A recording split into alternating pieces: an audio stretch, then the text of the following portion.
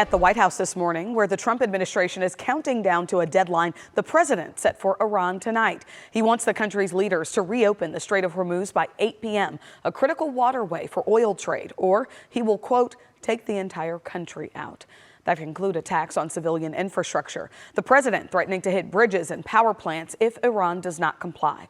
ABC's senior political correspondent Rachel Scott joining us this morning. And Rachel is following the back and forth from Washington. Rachel, good morning. What are Iranian leaders saying about these threats?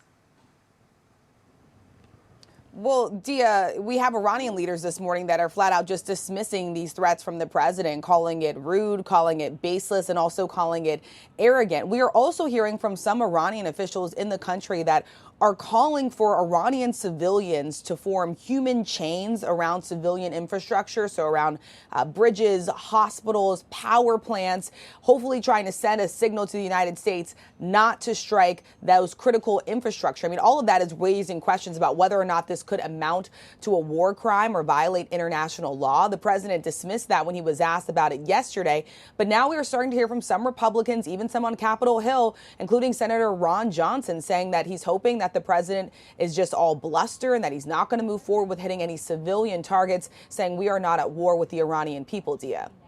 You know, Rachel, is there any word of progress toward a deal there in D.C.?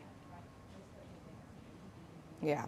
As of right now, Dia, I got to tell you, all signs are pointing toward no deal at this current moment. We know that these two sides have been trading messages by way of Pakistan, the United States sending one plan, Iran responding with another plan. But when we talk about this critical Strait of Hormuz that you just mentioned, about 20% of the world's oil passes through that critical strait. It's the reason why so many people here in the United States are seeing gas prices go up, now averaging about $4 a gallon. Well, Iran says they're not willing to relinquish control of the Strait of Hormuz. We know there's going to be critical meetings underway with our European allies that are meeting, trying to figure out how to reopen that strait. That is a key sticking point here, and it's unclear if the president will delay his deadline to give more room for these negotiations, Dia.